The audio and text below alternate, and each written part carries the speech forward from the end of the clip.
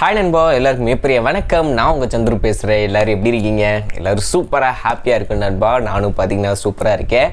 ரெட்மியை பொறுத்த வரைக்கும் நோட் சீரீஸில் எப்போயுமே ஸ்ட்ராங்காக தான் இருப்பாங்க. அவங்க எப்போ லான்ச் பண்ணாலும் சரி, அதை வாங்குறதுக்குன்னே பார்த்தீங்கன்னா ஒரு கூட்டம் இருக்குதுன்னு சொல்லலாம். கூட்டம் இருக்குன்ற விட ஆரம்பத்துலேருந்தே பார்த்தீங்கன்னா நோட் சீரீஸை நம்ம மக்கள் பார்த்தீங்கன்னா நம்ப ஆரம்பிச்சிட்டாங்க. ஓகே, நோட் சீரீஸ்னால் ரெட்மி தரப்பில் அந்த முன்னாடி பார்த்தீங்கன்னா 13,000 ஸ்டார்ட் பண்ணானுங்க. இப்போ பார்த்தீங்கன்னா மினிமம் 16,000 17,000 ஸ்டார்ட் ஆச்சு. 30,000 வரைக்கும் பார்த்தீங்கன்னா ஐரன் மாடல் வச்சுருக்கானுங்க. அப்படி இருக்கிற பட்சத்தில் ரெட்மி நோட் 12T ப்ரோ அப்படின்னு சொல்லிட்டு ஒரு ஸ்மார்ட் ஃபோன் கூடிய சீக்கிரம் லான்ச் ஆக போகுது.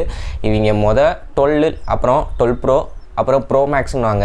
அதுக்கப்புறம் பார்த்தீங்கன்னா அதிலே ஷோமி பேரில் பார்த்தீங்கன்னா இன்னும் கொஞ்சம் மாடுலேஷன் பண்ணி வரும். அப்புறம் போக்கோ பேர்லையும் பார்த்தீங்கன்னா அதே ஃபோனை இன்னும் கொஞ்சம் பட்டிட்டிங்க பார்த்து லான்ச் பண்ணாங்க. ஒரே மாடலை திருட்ட ஒரு 5-6 மாடலாக பார்த்தீங்கன்னா லான்ச் பண்ணிகிட்டு இருக்கானுங்க, பக்கத்தில் பேரை மட்டும் ஆட் பண்ணி. ஸோ அப்படி தான் பார்த்தீங்கன்னா ரெட்மி நோட் 12T ப்ரோ அப்படின்ற ஒரு ஸ்மார்ட் ஃபோன் வரப்போகுது. இது எந்த ஸ்மார்ட் ஃபோனோட ரீபிராண்டட் அப்படின்னா, வெளிநாட்டில் அதாவது சைனாவில் பார்த்தீங்கன்னா ரெட்மி k60i அப்படின்ற ஒரு ஃபோனை பார்த்தீங்கன்னா லான்ச் பண்ணியிருக்காங்க. அதைத்தான் இந்தியாவில் பார்த்தீங்கன்னா நோட் 12T ப்ரோவாக வரப்போகுது. ஆல்ரெடி ரெட்மி k50iன்னு சொல்லிட்டு ஒரு ஃபோன் உங்கள் எல்லாருக்கும் தெரியும், வந்துச்சு. நல்ல ஒரு ப்ராசர். ஆனால் என்ன, LCD display 144 Hz refresh rate கொடுத்துருப்பாங்க. அதே இதை கொஞ்சம் அப்படியே பேரை மாற்றி பார்த்தீங்கன்னா k60i மாறிச்சு. இப்போ இந்தியாவில் பார்த்தீங்கன்னா 12T ப்ரோவாக வருது. இதோட டிசைன் ஆல்ரெடி நம்ம பார்த்து பழக்கப்பட்ட அதே டிசைன் மாதிரி தான் நண்பா இருக்குது. டிஸ்பிளே சைஸ்ன்னு பார்க்கும்போது 6.6 inch full HD plus LCD display 144 ஹெட்ஸுக்கான ரெஃப்ரெஷ் ரேட்டுன்றது கொடுத்துருக்காங்க. பீக் பிரைட்னஸ் பார்த்தீங்கன்னா 650 நிட்ஸ் வரைக்கும் போகுமா. ஸோ 650ன்றது ஃப்ளாக்ஷிப் லெவல் இல்லைனாலும் மிட்ரேஞ்ச் லெவலில் ஓகே, டே டு டே யூசேஜில் சன்லைட்டில் யூஸ் பண்ண எந்த ஒரு பிரச்சனையும் இருக்காது. பட் ஃப்ளாக்ஷிப் லெவலில் 1500 2000 நிட்ஸ் வரைக்கும் போயிடுச்சு. இவங்க 650 தான் கொடுத்துருக்காங்க. ஸோ அது வந்து மேஜராக நம்ம பார்க்க தேவையில்ல. பட் எல்சிடி கொடுத்தது தான் பார்த்தீங்கன்னா இங்கே ஒரு இக்கு. அது என்னென்னா, ஒரு ஆம்லாய்டு கொடுத்து 120 Hz தாராளமாக கொடுக்கலாம். நீ எப்படியும் side mounted fingerprint scanner தான் கொடுக்க போகிற. அதை எதுக்கு எல்சிடி 144 Hz சப்போர்ட் பண்ணுற கேமு சத்தியமாக அந்த ஃபோனில் விளாட முடியாது. அப்புறம் எதுக்கு 144 Hz? சும்மா ஸ்பெக்கில் 144 Hzன்னு போட்டுட்டு கேம் விளாட்றவங்களெல்லாம் ஒரு அட்ராக்ட் பண்ணலான்னு நினைக்கிறாங்களா என்னன்றது தெரில. பிரோஜனமே இல்லாத விஷயத்தை எதுக்குடா கொடுக்குறீங்க? இந்த மேக்ரோ லென்ஸு, அப்புறம் போர்ட்ரேட் லென்ஸு, இந்த மாதிரி எல்சிடி டிஸ்பிளேல 144 Hz இப்பெல்லாம் கொடுக்குறது வேஸ்ட்டு. அதுக்கு நீ ஆம்லாவில் 60 Hz கொடுத்து ஒரு நியாயமான ப்ரைஸிங் லான்ச் பண்ணாச்சு, normal common user multimedia use பண்ணுறவங்க வாங்கிட்டு போவாங்க. சரி, அதை விடுங்க. சரியா, LCD display 144 Hz refresh rate 6.6 inch ஓகேவா. HDR10+ சப்போர்ட்டு எல்லாமே பார்த்தீங்கன்னா பண்ணும். கேமரான்னு வரும்போது பின்னாடி 3 கேமரா இருக்குது. 64 மெகாபிக்சலுக்கான பிரைமரி கேமரா, 8 மெகாபிக்சலுக்கான அல்ட்ரா வீடியோ, 2 மெகாபிக்சலுக்கான ஒன்றுத்துக்கு உதவாத மேக்ரோ லென்ஸ் பார்த்தீங்கன்னா கொடுத்துருக்காங்க. அந்த 64 மெகாபிக்சல் கேமராவுக்கு OIS கிடையாது, நார்மல் எலக்ட்ரானிக்ஸ் இமேஜ் ஸ்டெபிலைசேஷன் மட்டும்தான் பண்ணும். அதாவது ஒயிட் ஆங்கிளில் வீடியோ எடுத்து அதை கிராப் பண்ணி ஸ்டேபிளான ஃபுட்டேஜாக பார்த்தீங்கன்னா ப்ராசஸ் பண்ணி தருவாங்க. ஹார்ட்வேர் ரிலேட்டடாக உங்களுக்கு ஸ்டெபிலைசேஷன் இல்லை. செல்ஃபிக்கு 16 மெகாபிக்சலுக்கான கேமரான்றது கொடுத்துருக்காங்க நண்பா. ப்ராசர்னு பார்க்கும்போது மீடியா டெக்கோட டைமென்சிட்டி 8200 அப்படின்ற ஒரு ப்ராசர் கொடுத்துருக்காங்க.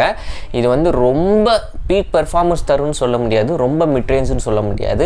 ஒரு ஆவரேஜ் மல்டி டாஸ்கிங், லைட்டான மீடியம் கிராஃபிக்ஸில் கேமிங், ஒரு டே டு டே யூசேஜுக்கு ஒரு ஏற்ற ஒரு பெர்ஃபார்மன்ஸ் தரக்கூடிய ஒரு ப்ராசராக பார்த்தீங்கன்னா இந்த டைமென்சிட்டி 8200 பார்த்தீங்கன்னா இருக்கும். ஸோ ஒரு பக்கா ஒரு பட்ஜெட் செக்மெண்ட் ப்ராசர் ஓகேவா. 5000 mAhக்கான பேட்டரி, 67 வாட்ஸுக்கான சார்ஜர் பார்த்தீங்கன்னா உங்களுக்கு பாக்ஸில் இன்க்ளூட் ஆக போகுது. 5000 mAh 67 ஒரு நல்ல ஒரு காம்பினேஷன் தான், அதில் எந்த ஒரு குறையும் இல்லை. நார்மல் யூஸருக்கு 1 டே பார்த்தீங்கன்னா தாராளமாக தாங்கும் பேட்டரி, அதில் எந்த ஒரு பஞ்சாயத்துமே கிடையாது. அடுத்தபடியாக LPDDR5 RAM யூஸ் பண்ணியிருக்காங்க. UFS 3.1 ஸ்டோரேஜ் இருக்குது. ப்ளூடூத் 6 5.3 Wi-Fi 6க்கான சப்போர்ட் இதெல்லாம் பார்த்தீங்கன்னா கொடுத்துருக்காங்க நண்பா. டியூயல் ஸ்பீக்கர் பார்த்தீங்கன்னா இருக்க போது, IR பிளாஸ்டர் இருக்க போது. 3.5 ஆடியோ ஜாக் இப்போதைக்கு கன்ஃபார்ம் ஆகலை, அது இருந்துச்சுன்னா நான் அப்டேட் பண்ணுறேன். ஓவராலாக இந்த ஸ்மார்ட் ஃபோனோட ப்ரைஸை பார்க்கும்போது சைனாவில் லான்ச் பண்ண அந்த k60i ப்ரைஸை கன்வெர்ட் பண்ணோம் அப்படின்னா 18,000 to 19,000 அந்த ரேஞ்சுக்குள்ளே வருது. பட் இந்தியாவில் வரும்போது கண்டிப்பாக 20,000 ரூபாய்க்கு மேலே தான் வரும். 20,000 மேலேனா 22 23 அந்த பட்ஜெட்டில் பார்த்தீங்கன்னா வர அதிகமான வாய்ப்பு இருக்குது. 8GB RAM 128GB ஸ்டோரேஜ் 8256 இந்த வேரியண்ட்டில் பார்த்தீங்கன்னா கொடுக்க போகிறாங்க. இதை வாங்கலாமா அப்படின்னு கேட்டிங்கன்னா இது முழுக்க உங்களோட விருப்பம் தான் நண்பா. முதல் இந்தியாவில் லான்ச் ஆனோடனே ப்ரைஸிங் வச்சு கம்பேர் பண்ணி நம்ம பார்ப்போம். எனக்கு தெரிஞ்சு அவன் டிஸ்பிளேல மட்டும் ஆம்லாய்ட் கொடுத்துருந்தானா நான் கண்ணை மூடிட்டு ஒரு ஆப்ஷனாக பார்த்தீங்கன்னா வச்சுருக்கலாம். பட் எல்சிடி கொடுத்தனால தான் பிரச்சனை. பட் நீங்கள் எல்சிடியில் 144 ஹெர்ட்ஸ் வேணும்னா மார்க்கெட்லேயே ஏகப்பட்ட ஆப்ஷன் இருக்குது. அதுவே நம்ம 30,000 பட்ஜெட்டுக்குள்ளே நிறையா ஸ்மார்ட் ஃபோன் இருக்குது. நல்ல ஸ்னாப் ட்ராகனில் ப்ராசர் வச்ச ஃபோனே நிறையா இருக்குது. அதை சூஸ் பண்ணிடலாம். பட் இது கேமிங்கும் இல்லாமல் மல்டிமீடியாவுக்கு ஒரு ஆம்லாட் டிஸ்பிளேவும் கொடுக்காம ரெண்டும் கட்டான இருக்கிறனால தான் குழப்பமே. ஸோ நீங்கள் என்ன நினைக்கிறீங்க அப்படின்றத கமெண்ட்ஸை சொல்லுங்கள். ஸோ மேற்கொண்டு வீடியோ பார்க்குறதுக்கு நம்ம சேனலை சப்ஸ்கிரைப் பண்ணி லைக் பண்ணி வச்சுக்கோங்க நண்பா. நம்ம டெலிகிராம் குரூப் இன்ஸ்டாகிராமில் லிங்க்கு கீழே தரேன், மறக்காமல் வந்து ஜாயின் பண்ணிக்கோங்க. ஏன் அப்படின்னா டெலிகிராமில் எக்கச்சக்கமான ஃப்ரெண்ட்ஸ் இருக்காங்க.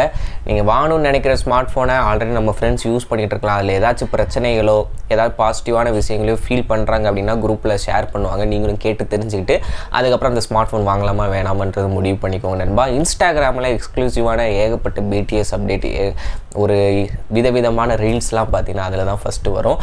ஸோ மறக்காமல் ஃபாலோ பண்ணிக்கோங்க. Thank you, bye by.